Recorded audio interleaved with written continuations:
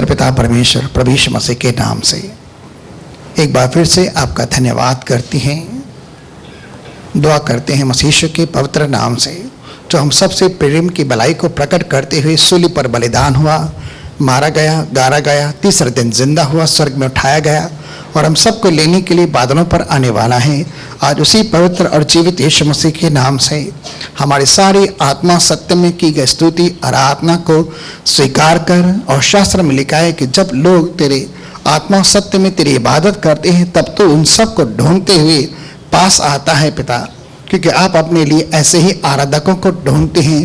पिता, आज तेरे बच्चों ने तेरे आगे धर्म के बलिदान चढ़ाए हैं और अपने हाथों को लहराते हुए तेरी इबादत की है, अपने हाथों को निर्दोषता के जल से धोकर तेरे आगे पसारे हैं। पिता, आज तेरे लोगों की दुआओं को सुन, स्तुति आराधना को सुन और धन्यवाद की बेटों को भी स्वीकार कर और इन गवाहियों के द्वारा भी तेरे नाम की बड़ी प्रतिष्ठा कर। और जो दशमांश अर्पण उठाने की बेटे प्रभु तेरे भवन में लाए हैं, तेरे द्वारा प्राप्त करते हुए कमाई का कुछ अंश प्रभु उन सब बेटों को भी आप स्वीकार करें, क्योंकि शास्त्र में लिखा है दशमांश तेरा है और तेरे लिए पवित्र है। पिता, तो आज दुआ करते हैं कि मलाकी 3:10-11 का शब्द हर एक उस भाई, हर एक उस बहन के जीवन के अंदर पूरा होने पाए और इस मसीह के पाक पवित्र नाम से निर्धनता का श्राप मसीह के नाम से, तंगी मंदी का श्राप मसीह के नाम से, घटी का श्राप मसीह के नाम से, कर्ज मर्ज और ब्याज बट्टे का श्राप तेरे लोगों के जीवन से टूटने पाए और यीशु मसीह के सामर्थ्य नाम से तेरे लोग प्रभु व्यवस्था के श्राप से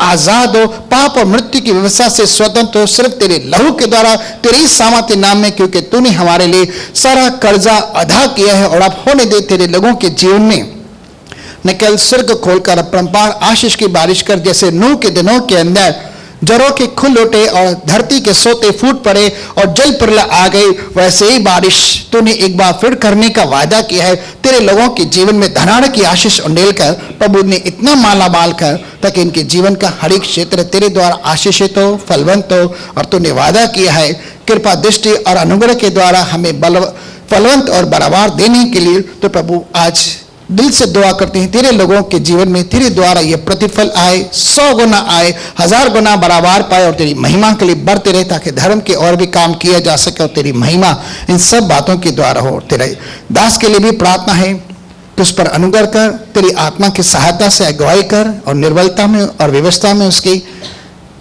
तेरा अनुग्रह पर्याप्त हो, यीशु मसीह के नाम से आमीन। चलिए, परमेश्वर के नाम की महिमा हो।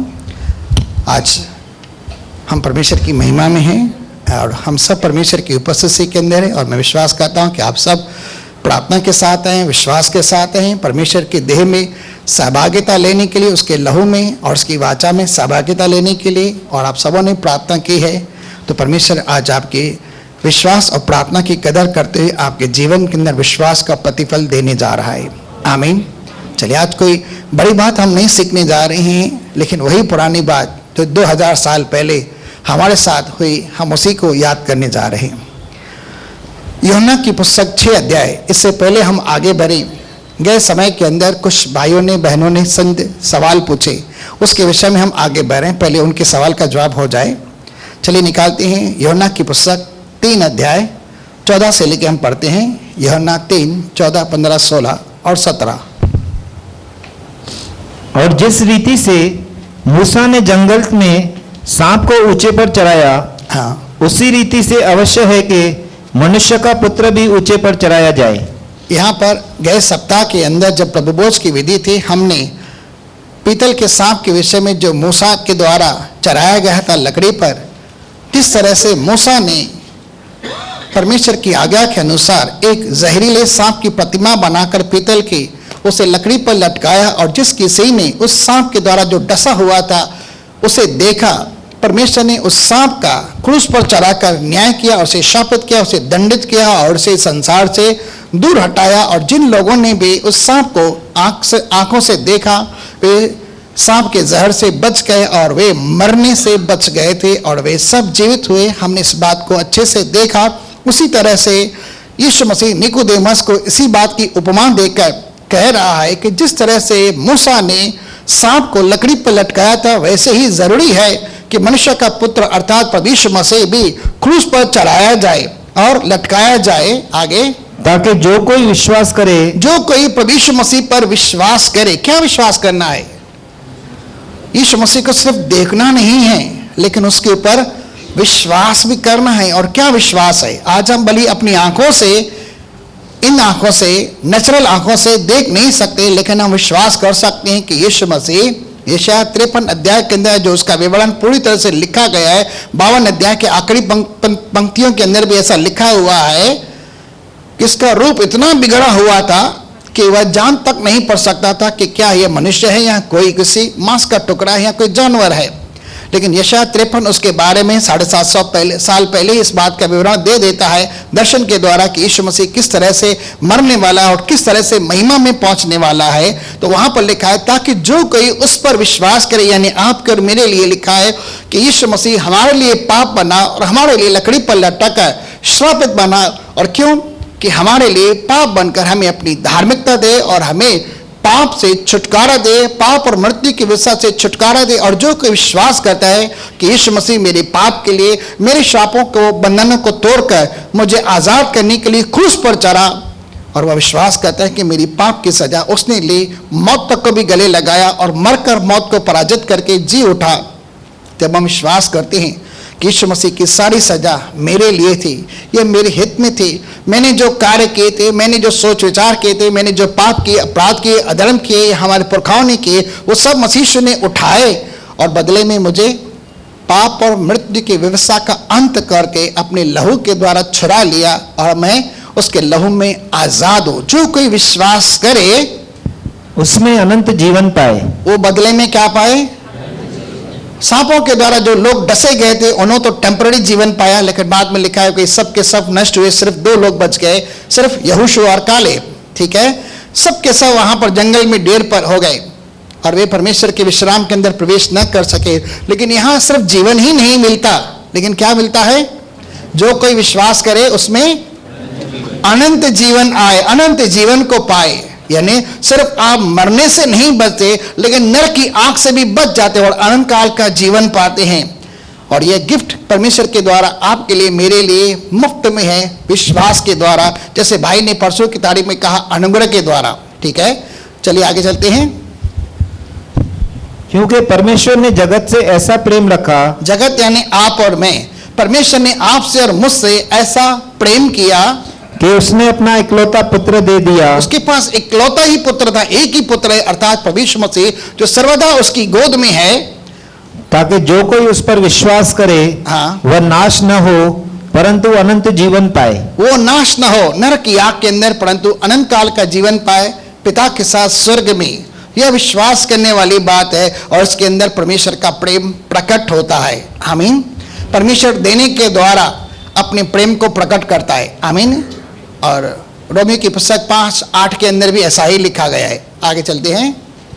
परमेश्वर ने अपने पुत्र को जगत में इसीलिए नहीं भेजा। देखो, यीशु मसीह के आने का जो मुख्य अभिप्राय है कि परमेश्वर ने क्यों धरती पर यीशु मसीह को भेजा, कि जगत पर दंड की आज्ञा दे। जगत को नाश करने नहीं, दंड करने नहीं, दोषी करार देने के लिए नहीं आया, परंतु इसीलिए। क्यों आया? कि जगत उसके द्वारा उद्धार पाए। यीशु मसीह के नाम पर विश्वास करने के द्वारा न केवल अनंत जीवन पाए, लेकिन वह उद्धार भी प्राप्त करने पाए। यीशु मसीह के आने का मुख्य मकसद है मोक्ष, मुक्ति, उद्धार, अनंत जीवन। जो कोई विश्वास करता है वह उसके पास एक गिफ्ट के तौर मिल जाता है। पाप की सजा तो मृत्यु है, परंतु मसीह में परमेश्वर का वरदान अनंत जीवन है। ठीक है, वह अनंत जीवन उसे मिल जाता है। शायद इस समय हमें अनुभव नहीं होता, कुछ फीलिंग नहीं होती, चाहे हम देख नहीं पाते या महसूस नहीं कर पाते, लेकिन विश्वास के द्वारा, उस आत्मा के द्वारा वो अनंत जीवन हमारे पास आ जाता है। आप और मैं अनंत जीवन के अधिकारी हैं। आप पर मृत्यु की आज्ञा नहीं है, आप पर दंड की आज्ञा नहीं है, आपको कभी कोई दोषी ठहरा नहीं सकता, क्योंकि आप मसीह के नाम पर विश्वास करने के द्वारा धर्मी हैं और व्यवस्था के श्राप से आजाद हैं। पाप और मृत्यु की व्यवस्था का मसीह ने अंत करके आपके गुनाहों का प्रायश्चित कर दिया है। अब आपके ऊपर व्यवस्था दोष नहीं लगा सकती, इसलिए अपने आप को व्यवस्था से कंपेयर करना बंद कीजिए, क्योंकि व्यवस्था उसी से बात करती है जो व्यवस्था के अधीन है। लेकिन आप और मैं मसीह के क्रूस पर मारे जाने के द्वारा व्यवस्था के अधीन नहीं है, लेकिन हम विश्वास के द्वारा अनुग्रह की आत्मा के अधीन है। आत्मा की जो व्यवस्था है 8:2 रोमियो की पुस्तक में हमने पढ़ा है। आदम के पाप के कारण जो जमीन पर श्राप आया और आदम के पाप के कारण जो कुछ उसने खोया वो सब मसीह यीशु में हमें वापस मिलता है और कई गुना मल्टीप्लाई होकर मिलता है।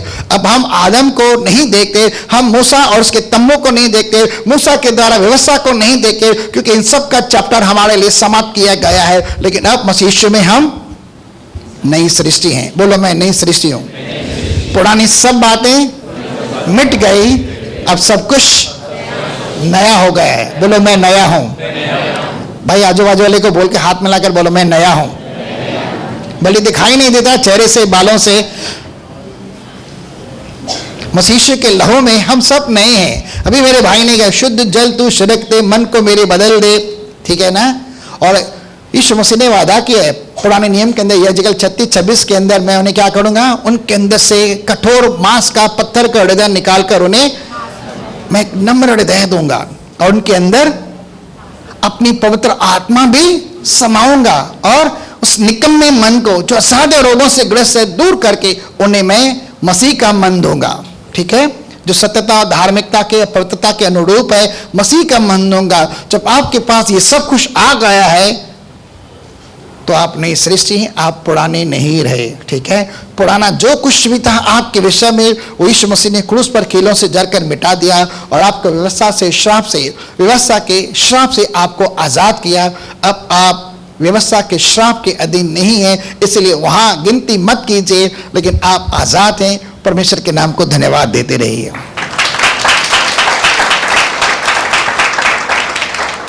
ये पुराने नियम का थोड़ा सारांश था, ठीक है। आज हम सिंपल चल रहे हैं, ज्यादा नहीं बात करेंगे। चलिए हम आ रहे हैं यूहन्ना 6 अध्याय के अंदर। जब यीशु मसीह प्रचार करता था 6 अध्याय के अंदर, तब उसने बड़ी भीड़ देखी, लेकिन उनके पास खाने के लिए नहीं, क्योंकि 3 दिन वो लगातार उसके साथ है। और यीशु मसीह ने जब देखा इनके पास पर्याप्त भोजन नहीं है, मार के थके हुए हैं, यदि यहाँ पर रहेंगे बिना भोजन के तो हो सकता है रास्ते पर चलते चलते बेहोश होकर गिर जाएं। इसलिए उसने पूछा भाई तुम्हारे लिए पास क्या है। ऊपर का जो चैप्टर लिखा है ना, प्लस रोटी और 5000, ठीक है।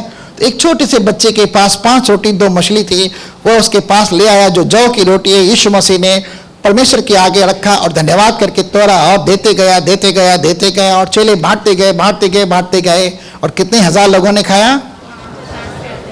5000 पुरुषों ने। महिलाएं कितने हैं, बच्चे कितने हैं पता नहीं है, उन सब ने दबा कर खाया और उसके बाद भी 12 टोकरी बचे रहे। और यीशु मसीह उन सबको छोड़कर ये आश्चर्य कर्म करके झील के द्वारा, नाव के द्वारा वो आया, सॉरी नाव के द्वारा नहीं है, नाव में तो चले आए थे, वो तो पैदल पानी के ऊपर चलते आया था और एक पहाड़ पर चला गया था प्रार्थना करने के लिए। जब उसके चेले उसके पास आए तो कफरनहूम के अंदर आते आते लोग उसे ढूंढने लगे। उसने देखा यहाँ कुछ भी नहीं है, सब कुछ निकल गया और यीशु मसीह को ढूंढने आए। और जब यीशु मसीह को ढूंढने आए तो हम पर है यूहन्ना 6:27 से। यीशु मसीह को लोग क्यों ढूंढ रहे हैं? नाशवान भोजन के लिए परिश्रम न करो, हाँ, परंतु उस भोजन के लिए जो अनंत जीवन तक ठहरता है, हाँ, जिसे मनुष्य का पुत्र तुम्हें देगा, क्योंकि पिता अर्थात परमेश्वर ने उसी पर शाप कर दी है। हाँ। यीशु मसीह को लोग क्यों ढूंढ रहे हैं? क्योंकि वह खाने की वस्तुएं दे रहा है। मेहनत नहीं करनी पड़ती, खेती बाड़ी नहीं करनी पड़ती, बीज नहीं डालने पड़ते, धूप के अंदर, बारिश के अंदर, झाड़े के अंदर खड़ा नहीं रहना पड़ता, बहुत मशक्कत करनी पड़ती। 4 महीने के बाद तब अन्न आता है। ये रेडीमेड रोटी बनाकर हमें दे देता है और हम खाते हैं। इसलिए यीशु मसीह के पास आ रहे हैं कि हमें ये काम नहीं करना पड़े। लेकिन यीशु मसीह क्या करता है? भाई नाशवान भोजन के लिए आप परिश्रम मत करो। मनुष्य का सारा परिश्रम जो आकाश के नीचे पृथ्वी के ऊपर करता है, किसके लिए करता है? सब पेट के लिए होता है। सबोपदेश की पुस्तक के अंदर लिखा गया। लेकिन यीशु मसीह क्या कर रहा है? नाशवान भोजन के लिए मेहनत मत करो, परंतु उस भोजन के लिए परिश्रम करो। क्या लिखा है भाई? परंतु उस भोजन के लिए जो अनंत जीवन तक ठहरता है। आज हम खाना खाते हैं, सुबह निकल जाता है, ठीक है, लेकिन पचता नहीं है, फिर दूसरा खाना पड़ता है, तीसरे दिन तीसरा खाना पड़ता है, चौथे दिन चौथा। ये सिस्टम चलता रहता है। ये हम खाते हैं, पच जाता है, निकल भी जाता है, लेकिन फिर भूख लगती है। हमें बार बार खाना पड़ता है, लेकिन यीशु मसीह क्या करता है, उस भोजन के लिए जो अनंत काल तक ठहरता है उसके लिए परिश्रम करो। परिश्रम का जो शब्द है एक ही बार लिखा हुआ है, लेकिन दोनों शब्दों के लिए है। जिसे मनुष्य का पुत्र तुम्हें देगा। कौन देगा? वो अनंत जीवन तक ठहरने वाला भोजन अर्थात रोटी किसके पास है? यीशु मसीह के पास। और हम कई बार सिर्फ रोटी पाने के लिए ही यीशु मसीह के पास आते हैं। अन्य जातियों का काम है वो खाने पीने पहरावे के पीछे उसके पीछे चलते हैं, लेकिन यीशु मसीह ने कहा तुम इनके पीछे मत दौड़ा करो, पहले तुम परमेश्वर के धर्म और उसके राज्य की खोज करो, ये सब वस्तुएं तुम्हें यूं ही दी जाएंगी। ठीक है, 6:33-34 के अंदर लिखा है मत्ती की पुस्तक के अंदर। तो परमेश्वर न केवल हमारा चरवाहा बनकर हमें प्रतिदिन का आहार देता है, घास भी देता है और उत्तम पानी भी देता है, सिंह भालू से भी रक्षा करता है, लेकिन प्रतिदिन एक माता और पिता की यह जिम्मेदारी बनती है कि अपने बच्चों को वह भोजन तैयार करके दे, और यीशु मसीह वो भोजन तैयार करके देता है। आगे, क्योंकि पिता अर्थात पिता अर्थात परमेश्वर ने उसी पर शाप कर दी है। उसी के ऊपर जीवन की मोहर और अनंत काल के जीवन की रोटी के तौर मोहर उसी के ऊपर लगाई है। और यीशु मसीह खुद कहता है मैं क्या हूं? जीवन की रोटी हूं। आगे बढ़ते हैं। उन्होंने उससे कहा परमेश्वर के कार्य करने के लिए हम क्या करें? हाँ भाई, आपको और मुझको अभी क्या करना है? ये भी सवाल उन दिनों के अंदर लोगों ने पूछा था, हम क्या करें? आगे, यीशु ने उन्हें उत्तर दिया परमेश्वर का कार्य यह है कि तुम उस पर जिसे उसने भेजा है विश्वास करो। किसे भेजा है? आज से 2000 साल पहले परमेश्वर ने यीशु मसीह को जगत का उद्धार करता मसीह ठहरा कर भेजा, लेकिन जब मसीह यीशु स्वर्ग में गया तो उसने भी किसी को भेजा। किसको भेजा? पवित्र आत्मा। और ये नया साल पवित्र आत्मा के अनुसार चलने का साल है। ठीक है, और जो लोग परमेश्वर की आत्मा के अनुसार चलते हैं वे परमेश्वर के पुत्र कहलाती हैं, और जो पवित्र आत्मा के अनुसार चलते हैं वे व्यवस्था के अधीन नहीं, वे अनुग्रह के अधीन रहते हैं। ठीक है, गलातियों 5:16 और 18 के अंदर पढ़ेंगे और रोमियो 8:14 के अंदर पढ़ेंगे तो आप वह शब्द मिलेगा, यह साल पवित्र आत्मा के साथ चलने का साल है। हनोक नाम का एक मनुष्य है जो आदम की 7वीं पीढ़ी की था। 7वीं भाई 8वीं, अच्छे से पढ़ लेना करके इब्रानी की पुस्तक के अंदर 7वीं पीढ़ी की 8वीं पीढ़ी है। कितने साल परमेश्वर के साथ चलता रहा? 300 साल। और उसकी उम्र कितनी है? 365 साल। 65 साल तो उसने अपनी जिंदगी जी, लेकिन 65 साल की उम्र के बाद लगातार चलते रहा परमेश्वर के साथ साथ। यानी परमेश्वर के साथ साथ चलना, परमेश्वर की आत्मा और उसके वचन के अनुसार चलना, परमेश्वर को अपने साथ उपस्थित चलकर जाना, यानी परमेश्वर के खिलाफ कुछ भी पाप न करना, बुराई न करना, क्योंकि वह साथ साथ है। और अचानक क्या होगा, एक दिन परमेश्वर ने उसे उठा लिया, वह जिंदा का जिंदा स्वर्ग में उठाया गया। ठीक है, आप और मैं जब परमेश्वर के साथ चलते हैं, न जाने कब कहाँ हम हनोक के नाई जीवित ही रूपांतरित होकर महिमामय देह के अंदर उठाए जाएं। इसलिए कहता हूं पवित्र आत्मा के द्वारा चलना, और यह साल वही साल है। आमीन। ठीक है, यीशु ने उन्हें उत्तर दिया परमेश्वर का कार्य यह है कि तुम उस पर जिसे उसने भेजा है विश्वास करो। अब किसके ऊपर विश्वास करना है? ठीक है, प्रभु यीशु मसीह पर तो विश्वास करना है क्योंकि वो विश्वास का कर्ता धर्ता है, लेकिन आज किसके ऊपर विश्वास करें? पास्टर पर नहीं। इस समय विश्वास करने के लिए सबसे अधिक और महानतम हमें आवश्यकता है पवित्र आत्मा पर, जिससे परमेश्वर ने सहायक के तौर, मार्गदर्शक के तौर हमारे पास भेजा। उस पर अधिक विश्वास करना है, क्योंकि पवित्र आत्मा कभी झूठ नहीं बोलता है। परमेश्वर यीशु मसीह के द्वारा हमें उस पर भरोसा करना है, उसकी आवाज को सुनना है, उसके अनुसार चलना है, और उसके अनुसार चलना ही हमारे लिए दीर्घायु है, लंबी आयु है। इसके विषय में है थोड़ी मीटिंग्स हम आगे लेंगे करके। आगे, तब उन्होंने उससे कहा फिर तू कौन सा चिन्ह दिखाता है? भाई कौन सा चमत्कार दिखाता है कि हम तुम पर विश्वास करें? इतने सारे यीशु मसीह ने मिरेकल्स करके देखा है, लेकिन फिर भी वो विश्वास नहीं कर रहे हैं। कभी तो उसे बोल देते हैं इसके अंदर दुष्ट आत्मा है, ये पागल, इसका दिमाग ठिकाने के ऊपर नहीं है, और फिर कहते हैं भाई अभी मेरे सामने कोई चमत्कार करके दिखा। ठीक है, आगे, कि हम उसे देखकर तेरी प्रतीति करें, तुझ पर विश्वास करें कि तू परमेश्वर का पुत्र है, जगत का मसीहा है। चमत्कार दिखा। क्या यीशु मसीह मनुष्य के कहने के अनुसार चमत्कार करता है? वो तो दया करके तरस खाकर खुद ब खुद उसके ऊपर विश्वास चमत्कार करता है। आगे, तो कौन सा काम दिखाता है? हमारे बाप दादाओं ने जंगल में मन्ना खाया, हाँ, जैसा लिखा है कि उसने उन्हें खाने के लिए स्वर्ग से रोटी दी। हाँ, यीशु ने उनसे कहा, मैं तुमसे सच सच कहता हूँ कि मूसा ने तुम्हें वह रोटी स्वर्ग से न दी। लोग मूसा को उस जमाने के अंदर बहुत मानते थे। क्यों मानते थे? क्योंकि मूसा के साथ परमेश्वर आमने सामने होकर बात करता था, इसलिए उनके ऊपर ज़्यादा फख्र करते थे, घमंड करते थे। लेकिन यहाँ तो मूसा से भी कोई बड़ा है, ठीक है। मूसा ने तो व्यवस्था दी, मूसा के साथ परमेश्वर ने बात की, लेकिन यहाँ तो परमेश्वर खुद मनुष्य का रूप धारण करके उनके मध्य में आया है। और मूसा के द्वारा जितने सारे चमत्कार है उससे कई कई कई गुना चमत्कार यीशु मसीह ने धरती पर करके दिखाए। लेकिन फिर भी कहते मुझे चमत्कार करके दिखाओ कि हम तेरे नाम के ऊपर विश्वास कर पाए, ठीक है। और कहते हैं हमारे बाप दादा ने मन्ना खाया। अरे मन्ना क्या है? जब उनके सामने आकर गिरता था तो वो उठाकर आते थे सवेरे सवेरे अपने तम्बू से बाहर जाकर, और कहते हैं ये क्या है। वो बिन जाने पहचाने बिन समझे उस मन्ना को खाते थे और खाकर अपना जीवन गुजारा करते थे। और 40 साल उनके सामने मन्ना बरसता रहा। 40 साल लगातार उन्होंने मन्ना खाया, लेकिन फिर भी क्या हुए? वो कहता है परमेश्वर ने मूसा के द्वारा स्वर्ग की रोटी उन्हें दी। आगे यीशु ने उनसे कहा, मैं तुमसे सच सच कहता हूँ कि मूसा ने तुम्हें वह रोटी स्वर्ग से न दी। भाई मूसा रोटी नहीं देता, ठीक है, परंतु मेरा पिता तुम्हें सच्ची रोटी स्वर्ग से देता है। तुम्हें सच्ची रोटी स्वर्ग से देता है। सच्ची रोटी स्वर्ग से पिता ही दे सकता है, ठीक है। आगे क्योंकि परमेश्वर की रोटी वही है जो स्वर्ग से उतरकर जगत को जीवन देती है। जगत को जीवन देती है। और कहां से उतरती है?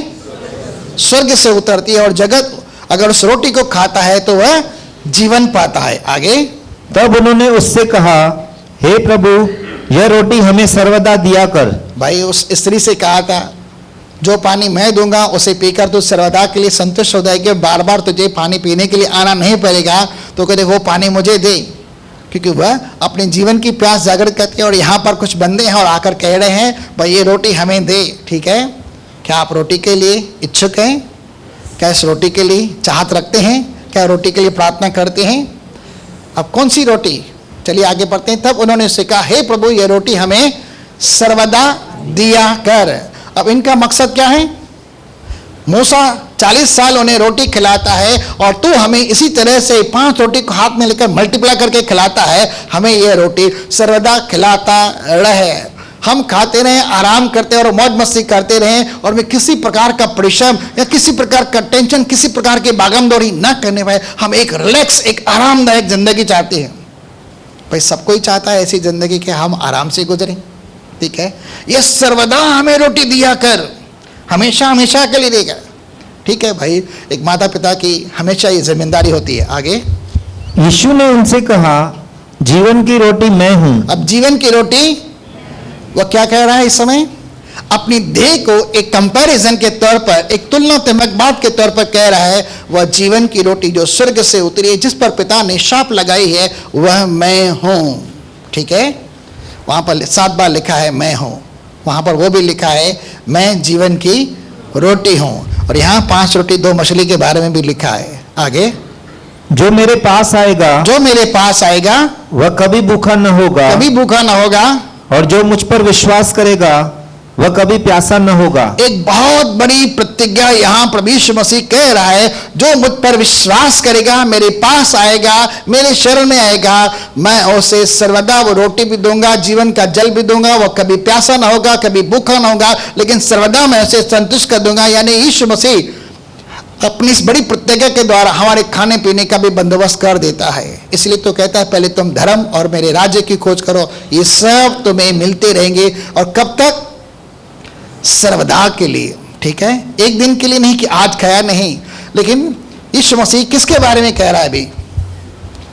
मत्ती अगर 4:4 अगर पढ़ेंगे तो क्या लिखा है? मनुष्य केवल रोटी से नहीं, लेकिन परमेश्वर के मुख के द्वारा निकले हुए शब्द के द्वारा जीवित रहता है। तो सबसे पहले यीशु मसीह उस रोटी की कंपैरिजन अपने देह के साथ करता है, फिर उसी रोटी की कंपैरिजन वचन के साथ करता है। और वचन देहधारी बनकर हमारे सामने आया है, जिसकी यूहन्ना कहता है हमने ऐसी महिमा देखी परमेश्वर के पुत्र के रूप में, ठीक है। अब रोटी क्या है? यूहन्ना 6:63 पर है तो वो शरीर से कुछ भी लाभ नहीं है, आत्मा जीवनदायक है। और मैं जो बातें तुमसे कह रहा हूं वो आत्मा है। अब शब्द क्या है? शब्द परमेश्वर भी है शब्द यीशु मसीह भी है, शब्द रोटी भी है, तो शब्द पवित्र आत्मा भी है। ठीक है, अगर हम शब्द रूपी रोटी खाएंगे तो क्या होगा? कितने दिन भाई, एक दिन में आप कितनी बार रोटी खाते हैं और कैसे खाते हैं? रोटी कैसे खाते हैं? कान से, नाक से? कहां से खाते हैं? मुंह से खाते? कैसे खाते हैं? डाली और चली गई? नहीं ना। कैसे खाते हैं? मुंह में डालते हैं चबा चबा कर, सही है ना? चबा चबा कर खाते हैं, निकल जाते हैं, सही है। आप चबा चबा कर जब रोटी खाते हैं उसे इतना पतला बनाते हैं कि आपके अंदर जाती है और आपको शरीर के अंदर खून, ऊर्जा, ताकत मिलती है, आपकी भूख संतुष्ट हो जाती है और आप बल पाते हैं। उसी तरह से परमेश्वर का शब्द जो एक रोटी की तरह है, जो संसार के अंदर देह का रूप धारण करके आया है, अगर आप उस रोटी को कैसे खाएंगे? विश्वास के द्वारा अंगीकार करते अंगीकार करते अंगीकार करते हुए खाएंगे तो आपके शरीर के अंदर पच जाएगा। वो आपके मुंह में तो मीठा लगेगा, लेकिन पेट हो सकता है थोड़ा कड़वा भी हो जाए, लेकिन आपको बल और समझ जरूर मिलेगा। तो परमेश्वर का शब्द विश्वास के साथ ग्रहण करना है, उसे अंगीकार करते हुए खाना है और प्रतिदिन खाना है। दिन में 3 बार खाना है, 4 बार खाना है, जितनी ही आपकी आवश्यकता है। आप परमेश्वर का शब्द खाएं, लेकिन कौन सा शब्द? जो परमेश्वर आपको प्रतिदिन देता है। आज भाई ने कंफर्म कर दिया। कल मैं सोच रहा था पास्टर कि पिता मैं कल का शब्द क्या दूं? उसने बोला कोई लंबी कोई बात नहीं, लेकिन सिंपल बात। उसने कहा तू व्याकुल मत हो, कल मैं खुद ही अपना उपाय करूंगा। उसने सिर्फ एक ही शब्द दिया, यूहन्ना 14 का, व्याकुल ना हो। ठीक है, तो वो मैं व्याकुल नहीं होता। परमेश्वर ने ऑटोमेटिकली कृपा की, उपाय कर दिया। आगे चलते हैं। जीवन की रोटी मैं हूं, जो मेरे पास आएगा वह कभी भूखा ना होगा और जो मुझ पर विश्वास करेगा वह कभी प्यासा ना होगा। यह प्रतिज्ञा, इस प्रतिज्ञा को आप क्लेम कर सकते हैं। आपके जीवन में परमेश्वर खाने पीने का सर्वदा बंदोबस्त करेगा। आमीन। आगे। परंतु मैंने तुमसे कहा कि तुमने मुझे देख भी लिया है, हाँ, तो भी विश्वास नहीं करते। तुमने मुझे देख लिया है। उन दिनों में जो लोग उसे देख भी रहे थे, चमत्कार करते हुए, उन चमत्कारों के बावजूद भी उसके ऊपर विश्वास नहीं कर पा रहे थे। इसलिए कहीं पर यीशु मसीह ने कहा यूहन्ना 9 में तुम्हारा पाप देखने के द्वारा बना रहता है, क्योंकि तुम कहते हो मैं देखता हूं। हम देखते हैं। आगे।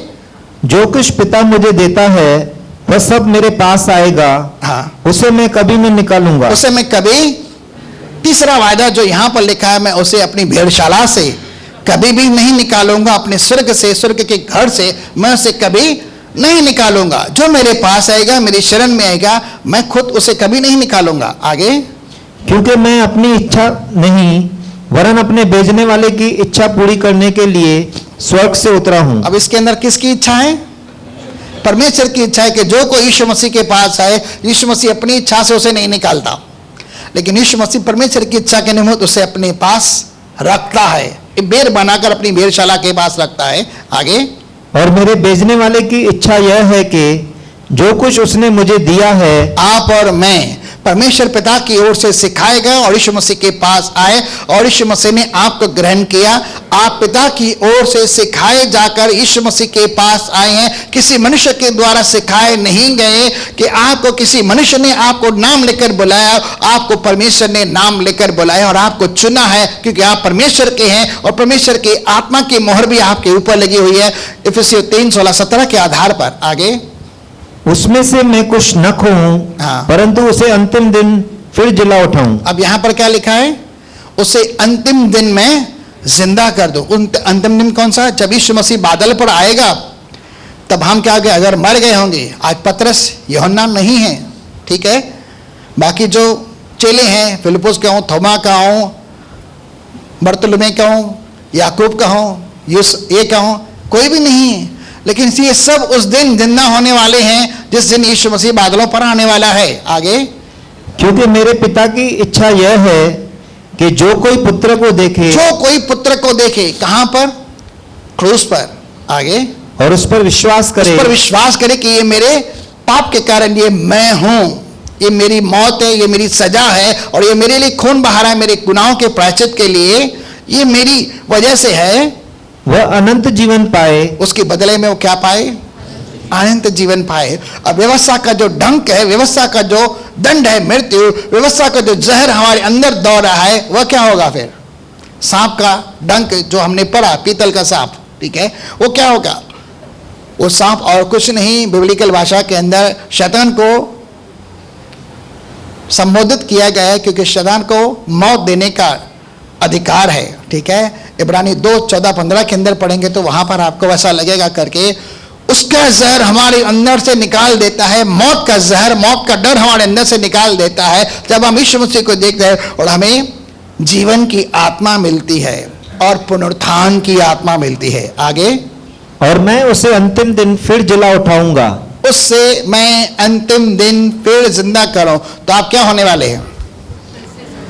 एक दिन आप पुनरुत्थापित होने वाले। अगर हम नहीं रहे लेकिन विश्वास के द्वारा शरीर के अंदर बने रहे यीशु मसीह के आने के दिन तक, तो हम रूपांतरित हो जाएंगे महिमामय देह के अंदर, और परमेश्वर की ओर से महिमामय देह पाएंगे। ठीक है, आगे।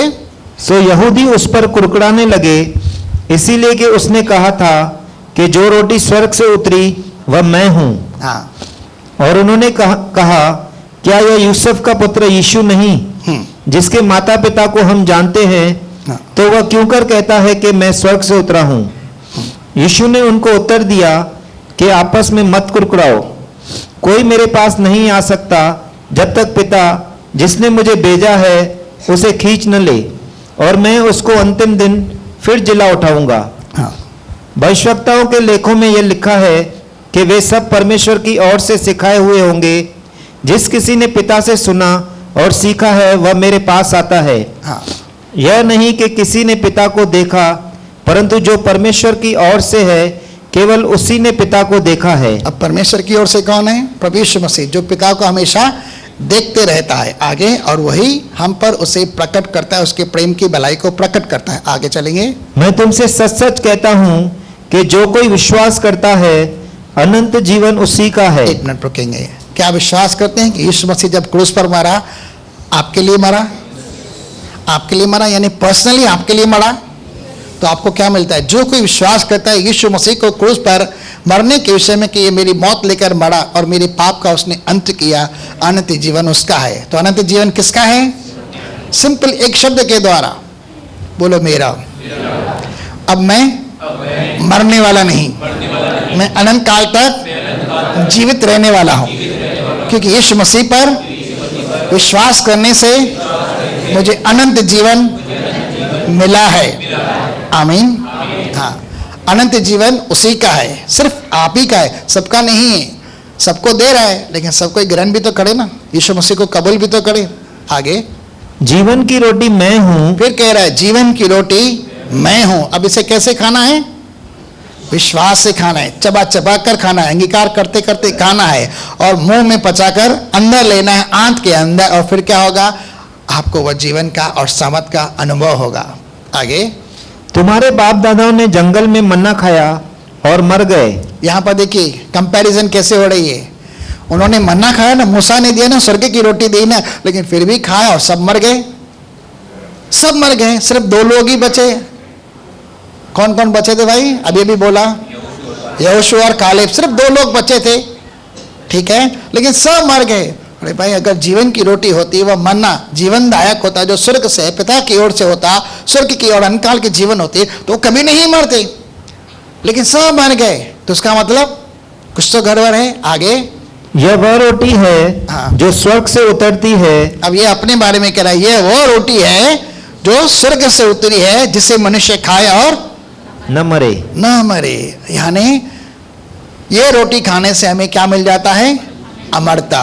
ठीक है, आगे, जीवन की रोटी जो स्वर्ग से उतरी मैं हूं। अब अपनी कंपैरिजन उसके साथ कर रहा है। अब मैं हूं वह रोटी जो स्वर्ग से उतरी है, क्योंकि पिता ने मेरे ऊपर ही जीवन की मोहर लगाई हुई है। आगे, यदि कोई इस रोटी में से खाए हाँ, तो सर्वदा जीवित रहेगा, सर्वदा के लिए जिंदा रहेगा।